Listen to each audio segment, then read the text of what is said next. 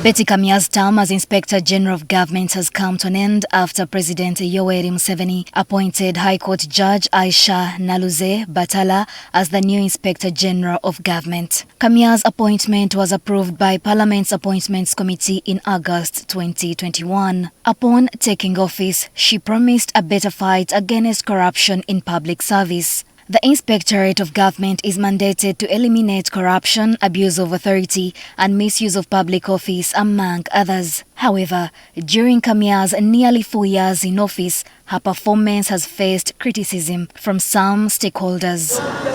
Why are you here? Who are you? Kamya called on the public to take part in the anti-corruption fight by reporting wrongdoers. But according to Leader of Opposition in Parliament, Joel Senyonyi, Kamya's efforts were mostly rhetorical. That when he wrote to her office to investigate corruption in government institutions, no action was taken. The Honorable BETI KAMYA has failed the country, because even where we gave her leads and we said investigate here, she didn't take any action at all. But she's always talking about it, and saying, join me in the fight against corruption. Well, you call on us to join you. When we give you information and ask you to investigate, you do nothing at all. We saw exhibitions on social media, we saw the protests, and raising complaints about corruption at Parliament, corruption in different institutions of government. We saw scandals like the Mabati scandal, for instance, and we saw zero investigation and prosecution from the IGG. According to the Anti-Corruption Coalition Uganda, under Kamya's term, there was a decline in arrests, investigations and prosecution of corruption cases as she opted for negotiation and recovery. Recovery is good, but people stealing money and they agree to pay it back and they retain public offices and they pay back only a fraction, that was counterproductive.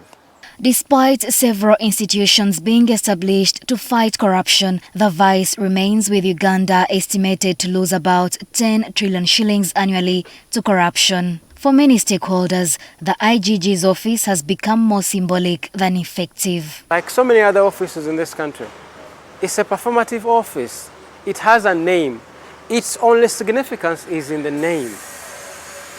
That it ticks the box that we have an office of the IGG. It's a symbolic office. It doesn't really fight corruption. The commitment to fight corruption does not exist in this current regime, and that's why corruption has subsisted all this time. Analysts also question the independence of the office, given that the IGG is appointed by the president. For instance, when Kamya attempted to implement lifestyle audits, President Museveni later advised her to go slow, raising doubts about the autonomy of the office. And it's the president to appoint you, then that in a way also affects your independence. But you're also funded by an institution, and you also report to an institution that you are supposed to exercise oversight over.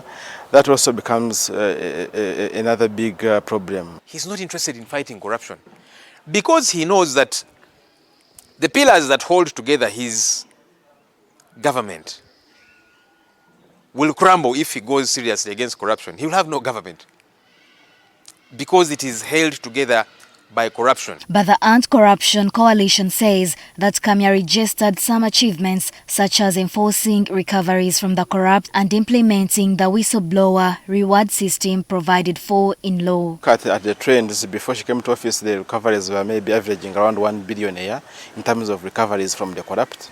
And by the time she left, around 14 billion was being recovered. Her performance, in my view, as the IGG was satisfactory, and I don't see any reason why the appointing authority decided to disappoint her. Who did she fall up so much that caused that trouble? Because there's no way she would have been kicked out of her office if she had sustained the status quo. My chances are high that there's somebody who is very close to the president. BETI KAMYA intensified her search. It's not true that she has not been doing her job, because that office you have no job, rather than sustaining the status quo. With the appointment of Aisha Naluze Batala, some are hopeful.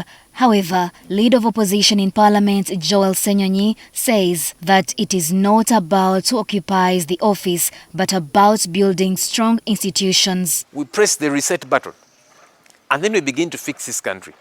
build strong institutions, not strong individuals. Strong institutions that will outlast individuals.